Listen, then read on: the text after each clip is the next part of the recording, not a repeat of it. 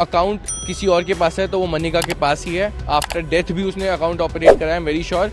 मैं अभी application file करूँगा आईपीस की कि ये अकाउंट कहाँ कहाँ यूज़ किस किस आईपी पे हुआ है।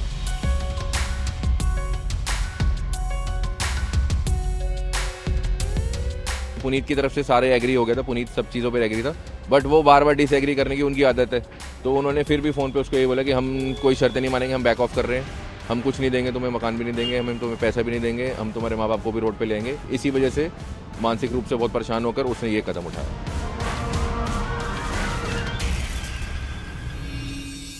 ये फैमिली शुरू से ही क्रिमिनल माइंड रही है और उस बंदे का भी फ्लैट हड़प के और उसको डाइवोर्स दे के धक्के मार मार के निकाला है।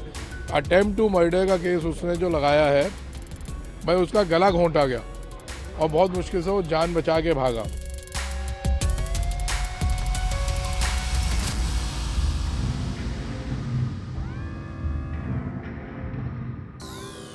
व्हाट इज़ हैपनिंग इज़ कि उनकी डेथ के पहले मनिका ने अकाउंट उनका हैक करा था। जैसे वो ऑडियो आप देख सकते हो, सुनी होगी आप लोगों ने, जिसमें भैया उनको कहते हैं grow up, you still have hacked my account. She saying no no no, मैंने हैक नहीं करा। So this is the proof, this is the live chat of Puneet भैया, ठीक है। This is the proof. उनकी डेथ को 48 आवर्स हो चुके हैं, it still says active yesterday. If you can see here, यहाँ पे अभी भी लिखा हुआ है active yesterday. So account hack हुआ है, इसका मैं बहुत श्योर हूँ, क्योंकि जो उनका पुनीत भैया का जो फ़ोन है वो पुलिस के पास है और आई एम श्योर पुलिस उसको ओपन नहीं करेगी, बट अकाउंट कहीं ना कहीं चला है। और जब भैया ने उनको बोला कि तूने मेरा अकाउंट हैक करा है, तो ये क्लेम ये एग्जैक्टली दिखा रहे कि कल भी उनकी डेथ के बाद ये अकाउंट एक्टिव था, तो ये मनिका ने ही हैक करा हुआ है। मैं अभी एप्लीकेशन भी फाइल करने जा रहा हूँ कि मेरे को आईपी मिले किस किस फ़ोन में ये एक्टिव है।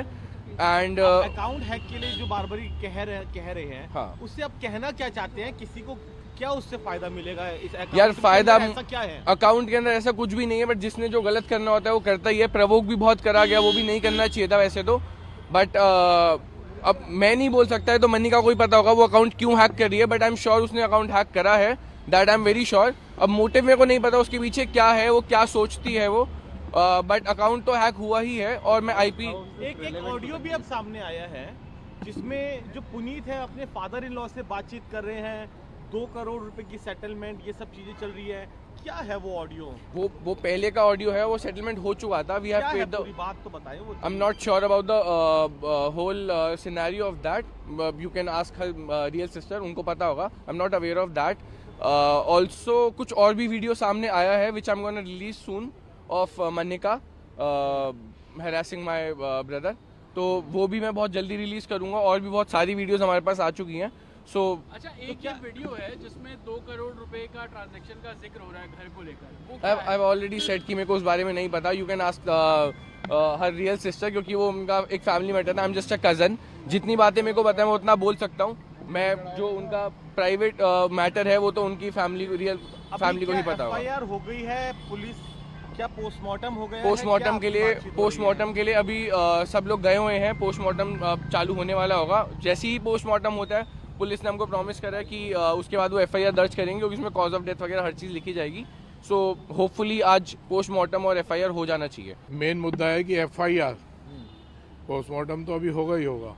एफआईआर क्या कर रहे हैं, कौन सी धारा में कर रहे हैं, सबसे मेन मुद्दा है ये कि एफआईआर कौन सी धारा में की जा रही है, जिस पे हमारे को संशय है कि एफआईआर ये कहीं ना कहीं दिक्कत आएगी बनने में। तो अभी तक क्यों नहीं हुई है? पुलिस क्या कहती है? यही तो प्रॉब्लम आ रही है कि अभी तक एफआईआर, वो कह रहे हैं पोस्टमार्टम होगा तो एफआईआर करेंगे। तो एफआईआर जब तक नहीं होती तब तक हम लोग चैन से बैठने वाले नहीं हैं, क्योंकि उस लड़के को जिस हिसाब से टॉर्चर किया गया, सेम दिक्कत इसी थाने में उसका जो बड़ी बेटी है जगदीश पावा की, उसकी बड़ी बेटी के हस्बैंड जो बड़ा दामाद है, इसी थाने में कंप्लेंट दर्ज है। अटेम्प्ट टू मर्डर का केस उसने डाल रखा है अपने ससुर पे। तो आप ये देखें कि ये फैमिली किस हिसाब की है। वो बंदा एक नौकरी शुदा आदमी है, वो कहता है मैं कैमरे पे नहीं आऊँगा लेकिन मीडिया को पूरी बात बताऊँगा। वो बंदा पूरा सपोर्ट करने को तैयार है। तो क्या लग रहा है आपको, पुलिस आपके वाले मामले में ठीक से कार्रवाई नहीं कर रही है, चीज़ों को डिले कर रही है। सर देखिए, अभी तक पोस्टमार्टम नहीं हुआ, हाँ। अभी तक एफआईआर दर्ज नहीं हुई, तो अब आप बताएं ना, हम लोग तो वैसे टेंशन में है। अब एफआईआर दर्ज हो जल्दी से जल्दी और इन लोगों पे कार्रवाई हो, हम तो यही चाह रहे हैं। हमारा देखो जीव तो चला गया, हमारा भाई चला गया, लेकिन हम इस बात को यहाँ ख़त्म करने वाले नहीं हैं। अगर एफआईआर प्रॉपर दर्ज नहीं होती, इन लोगों को कार्रवाई नहीं होती, तो ये मुद्दा यहाँ शांत होने वाला नहीं है। पूरे हिंदुस्तान को रिक्वेस्ट कर रहे हैं हाथ जोड़ के हम कि आप लोग सपोर्ट करिए, ऐसे लोगों को, ऐसे क्रिमिनल्स को आप अंदर डालिए। बताएं संतुष्ट तो बिल्कुल भी नहीं है। हम 48 घंटे से ऊपर हो चुके हैं, अब तक हमारी एफआईआर नहीं लिखी गई है। अभी फिलहाल पोस्टमार्टम के लिए गए हुए हैं। पोस्टमार्टम अभी देखते हैं कि हो रहा है नहीं हो रहा, क्या प्रोसीजर है, अभी वहीं गए हुए हैं। और एफआईआर तो हमें चाहिए ही चाहिए जल्दी से जल्दी। ये एक समस्या तो है ही हमारे साथ कि एफआईआर नहीं हो रही, अब तक ना कोई एक्शन लिया जा रहा है उस पर। तो आपको क्या लग रहा है, पुलिस किसी को बचाने की कोशिश कर रही है क्या? दोषियों को हो सकता help है दोषियों को हेल्प करने के लिए ही डिले कर रहे हैं। अब ये चीज़ तो उन्हीं को ज़्यादा बेटर पता है। तो आपकी बात हुई पुलिस से, क्या कह रही है वो क्यों इतना डिले? वो तो यही कह रहे हैं कि पोस्टमार्टम के बाद ही हम कर सकते हैं कि ये एक लीगल प्रोसीजर है।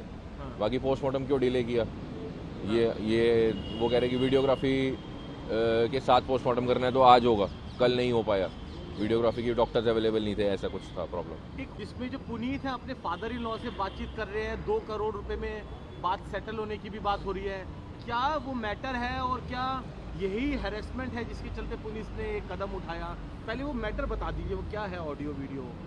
ऑडियो में और वीडियो में यही है कि उन्होंने उसके पुनीत के फादर इन लॉ ने पुनीत से सेटलमेंट किया था कि हम 2 करोड़ रुपए तेरे को देंगे और ये जो मकान हमने तुझे देना है, हम ये तुझे नहीं देंगे, हम तेरे को 2 करोड़ रुपए देंगे। तो पुनीत ने एग्री कर लिया कि ठीक है भाई, या तो तुम मकान दो या 2 करोड़ रुपए दो, जो तुमने हमसे पैसे लिए वो हमें वापस कर दो, नहीं तो हमें ये मकान दे दो।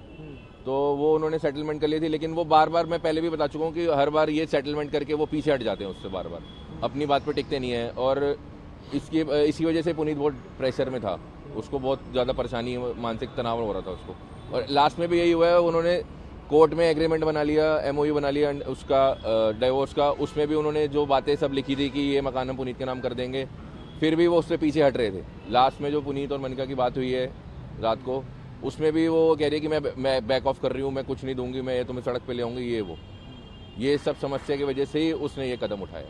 वो उसका सरकार से भी विश्वास उठ गया था कि जब सरकार में सब कोर्ट में एग्रीमेंट हो गया, उसके बावजूद भी उसको नहीं मिल पाएगा तो फिर फ़ायदा क्या है, सरकार होने का फ़ायदा क्या है।